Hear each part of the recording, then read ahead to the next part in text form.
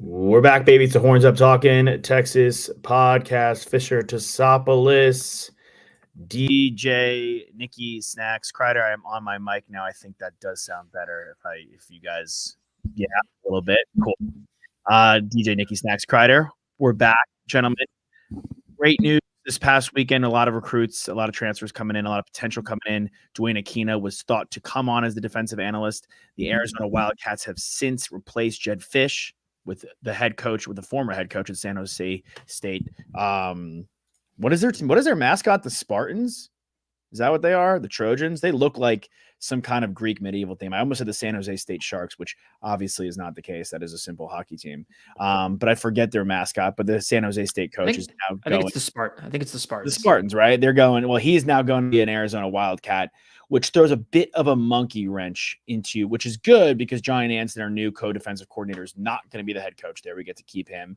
But Dwayne Aquina, the man that many thought was behind DBU for the Texas Longhorns in the 2000s, he is considering going back to Arizona or staying at Arizona to become the defensive coordinator, which wouldn't be a death blow to our season. But I think he is one of those guys that when we're looking to add the right analyst piece, looking to add guys back into the mix, and really build out a full coaching staff. I think he would have brought some nice veteran leadership, and he would have brought some really and good hands-on stuff to work with our young DBs, which we were really excited for. So fingers crossed that he's not going anywhere. Yeah, I mean, it'd be huge if he ended up staying. I mean, someone that we really have been vying for a long time. I know Q's a big fan, and he's put out just such a big product of guys in the NFL that have transferred to the next league. And I think, look, we get big recruits all the time. You get 4-star, 5-star guys that come in the building, but development's the biggest thing, especially at the defensive back position, right? Developing these guys to work on their technique, to work on just like their football IQ, and making sure they're good in coverage. And heading to the SEC, like, you can't have enough of defense. So would love to pull out all the stops if we're Texas to try to sway him to stay, but you can't turn down a DC position if it's offered to you. You know what I mean? Especially if you're heading to the Big 12 and a Power 5 conference, like, it's a big honor. Already 100%. Comfortable too in Arizona as Sure. well. Obviously, not having to completely uproot and get potentially buy a new house or whatever you might have to do on that side of things. No, I mean it's obviously a consideration always for any of these coaches, but there's very few analysts, co-DCs, whatever you want to call it, coaches out there where you can guarantee development. And he's one of those guys. And I think that's why, we're waiting and watching very, very carefully to see how this all unfolds. And obviously we'd rather him end up in the burnt orange. But he was offered a full-time job, and, you can't knock it if he ends up taking that. But yeah, go ahead. I will say that I rather, like, if it came down to keeping Nansen or keeping Aquina, I'd want to keep Nansen. I think the younger, fresher blood, the one that, was third in defensive scoring in the Pac-12 that led that defense. And honestly, like, the Samoan roots too, like trying to get some of the Polynesian guys over to Texas. I think that's something that we joked about, when we lost to Washington. Like, maybe we just need to recruit more, Polynesian players, because those guys transfer really well to the league. And, we've seen a bevy of those guys become really good pros. Be a fun, change in the culture to grab some of those guys and come over to Texas. Yeah. You know what also translates to wins? The haka. So if we could get some of that into the building, like, I don't know if Nansen's bringing that per se, but if he's got some Samoan roots and he brings that to the defense, Alfred Collins, not only will he get another year of development, but having the haka under his belt, learning the haka, that's going to be incredibly important to his development and potential of going pro. Yeah, I'm with you. I think Nansen's his resume for what he did last year at Arizona speaks to itself. And we say it time and time again, it was an extremely strong Pac-12. We saw it firsthand how good Washington is. And Nansen was a guy who really, helped get Arizona back to where it could be. Unfortunately, Jed Fish is leaving for Washington, which again is a great job and a great upgrade for him. But he helped, usher Arizona back into a new age of being a competitive football program. And Aquina, we've all said it, we can't blame him if he goes and takes a job with a bigger title. It makes complete sense. And will he ever be a head coach? I don't know. But being a defensive coordinator for a team that could win the Big 12 next year in a 12-team playoff, like, you have to kind of ride that out. We haven't seen many Arizona players enter the portal, ironically. Like we saw a mass exodus from Washington. We saw a mass exodus from Alabama. We haven't seen a mass exodus from the Arizona players who were really, stepped up last year. So I think that's also something to keep an eye on. See if guys move and shake over there. But we hope to keep Akina, not counting on it. Having Nansen in there is really good. And I also want to say on the Nansen point, like I think a lot of the conversations I have with some people in the Texas Longhorn community, people really feel like, yes, it's still PK's defense and Nansen is just like has that title for fun. And I don't necessarily know if that's the case, because I think if that was the case, they would have just given him a position, like he'd just be a linebacker coach, or he would, and he would replace Choate. But no, he's really going to be the co-defensive coordinator. I think that was key in bringing him over from Arizona, where that was his position. Like, he's not going to downgrade from a good position. Like, again, like we're talking about Akina going to that position. He's not going to downgrade from that position just to join the Longhorns, when the Arizona Wildcats could have been really good. Yeah, no doubt. And I think it was something we talked about. As good as our defensive line was at stopping the run the entire season, this past season, I think there were times where we were curious as to different coverage packages that we would have liked to have seen out there, different blitz packages. And I think, adding another mind in that mix as a co-DC will allow us to get more creative defensively and tap into all these different defensive playmakers that we really, really do have. We don't need to go through our defensive backfield, but there's a lot of talent there. And that's why the Akina conversation is such an important one. And then of course, this is not lost on any Longhorn fan or ourselves. We're still waiting to see who we bring in as our D line coach as well. And that obviously will change how we approach blitzing and the quarterback getting after them, obviously stopping the run and whatever scheme we want to run too. So, that'll be an important piece on the defensive line front. I think it's worth mentioning at least that DeAndre Robinson, 4-star, he's asking for his NIL release, his letter of intent away from the Longhorns. Presumably he was a guy that Bo Davis brought in, and because Bo is no longer with the Horns, he's either going to go to LSU or elsewhere, whoever else was involved in his recruiting process. So that type of stuff happens, right? When you have great coaches underneath the head coach Sark, and they get other opportunities, they go elsewhere. A lot of times those are the guys that are putting in, a heavy amount of the work in regards to recruiting. And that's just the type of thing that happens in the modern college football era. So, you roll with the punches and you move on. Mm-hmm. Absolutely. Speaking of rolling with the punches and moving on, recruiting never stops. We have some of the guys in the 25 class, 26 class visiting the ATX, the 40 acres this weekend. Nick, you want to give us that list? Yeah, there's just a few right here. It's junior day this weekend. So nice. That means if they're in the 2025 class or 2026 class, they come and visit Texas. Sometimes it's going to be these guys' first visit. So to round off the list, we've got DK Moore, who is currently an LSU commit. He's a wide receiver. He's a 5-star wide receiver. 5-star linebacker Jonah Williams. 5-star offensive tackle Michael Fasusi. 5-star linebacker Riley Pettijohn.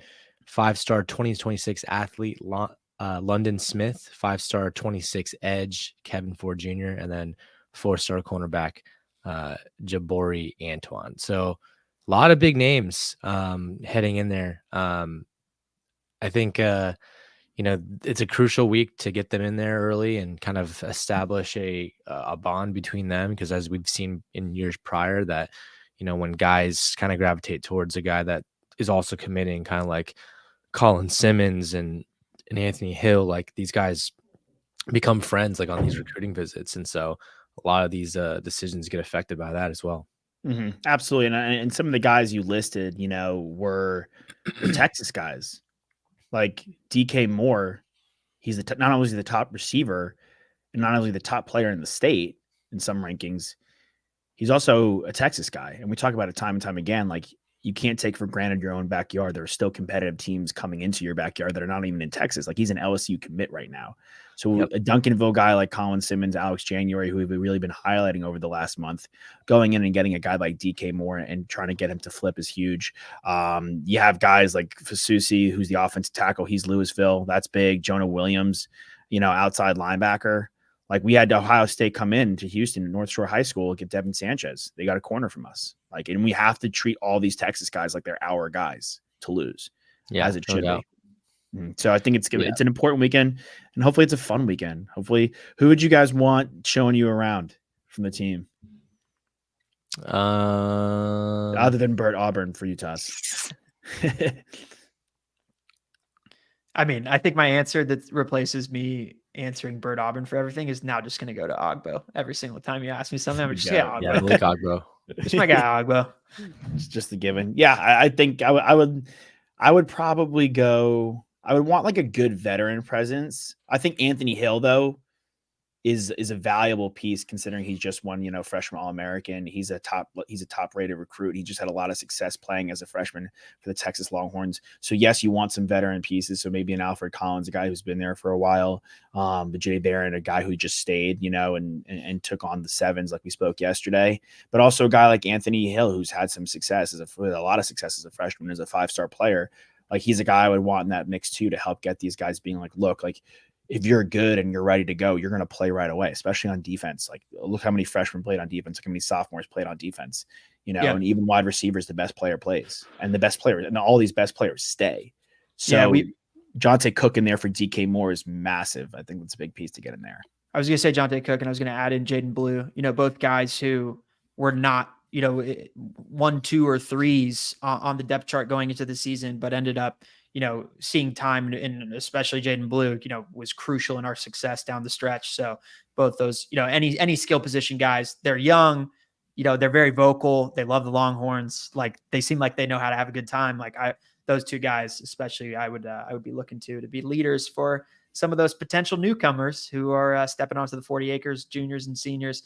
I remember what it was like when I went and visited Austin as a senior in high school, and it was the bright lights in the big city. There was a lot going on, and it was a lot to take in. So those guys have a good time. Josh decommitted from Northwestern. I did decommit from Northwestern to go to Texas. Honestly, ironically, one of the biggest like low key sway points for me was the tour of the stadium, seeing how massive and big and epic, and this is before it even got redone, like it is now, like how big and epic the stadium was, because we were on like a tour with it was like theater and science students. I was with my dad, and me and my dad are like, whoa, this is awesome. And no one else cared about the stadium. People were like, oh, this is cool. Like, and then we just got to the theater building, and we're like going through the theater building, and me and my dad are like, the stadium was sick. Did you see the feel? Like, and did you see the field? Did you see how many seats it was? And, I think it's obviously a lot of SEC schools have that, but I think, DKR, the city of Austin, is a really special place. Speaking of special, I would say maybe the greatest sports video game of all time is set to return this summer. And that's NCAA EA Sports. It's in the game. It's back, better than ever, hopefully. How do you think our team is gameplay versus like real life? Are we a better real life football team, or are we going to be a better gameplay football team in the video game? No, I think it'll be comparable. Okay. I think it's like when you play one of these EA Sports games, like they fairly rate the good teams. Like, the superstar talent always has, the higher rating. I'm sure Quinn will be one of the highest rated players in the game, at the quarterback position, at least. I'm sure people want to play with him because, he can move, and he can, use his arm pretty well. So, and then of course, I think Baxter's going to be highly rated, a guy that a lot of people are high on, and he'll be fun to play with. I think in those games though, like the best game mode is like the dynasty building mode, right? Where like you're not even playing against other people. You're trying to build a dynasty from like a tiny school that's like not a Power 5, and like just bringing them from the ashes to a national championship powerhouse. Yeah, absolutely. I mean, like I think there was like a challenge like on Xbox. So it was like bring I don't know if it was Old Dominion or Ball State, like bring them to a national championship level program. Well, that reminded me, remember when in quarantine, when our two houses had a competition like simming franchise mode in 2K to see if you could get the Detroit Pistons to 70 wins, which honestly, even like good foresight by us, because that was 3 years ago and look where they are now. But I remember playing that video game in my dorm room freshman year of college with Denard Robinson on the cover, and like just making all the recruits like from Texas. It was easier for us to go and get names. Yeah, like to go and get them. But it's such a fun game, man, and I'm excited that we're actually gonna get to see the players, not like Tim Tebow number 15, but like his name is like Mike Wazowski. I'm like, who it is, but it's like not. It doesn't say his name. Yeah, that was lame. It was lame. And you could also bring, I don't know if you guys ever did this, but if you play Madden and NCAA EA Sports, bring the draft class over. I always thought that was pretty fun, and try to get them in both. Yeah, I mean, there was people who like spent a lot of time and energy on updating the rosters where they got every single like player's name correct, and then you can download their roster, and they would probably adjust the ratings too, and then you would import that draft class into Madden, and yeah, I mean those are for the OG diehards, but yeah, it's gonna be fun. I'm excited to see, how much time it's gonna be taken away from our daily lives. I'm sure it's gonna be a big pinnacle in our friend group. I want to quickly talk about some of the transfer portal guys, because this is like never ending. There's always news coming up in the transfer portal. We made a big splash the other day with Isaiah Bond. He's going to wear number 7. So pretty cool. 007 Bond. Very fitting. It should just let him rock both. I know. Like 007. It should just let him do it. Yeah, it'd be fun.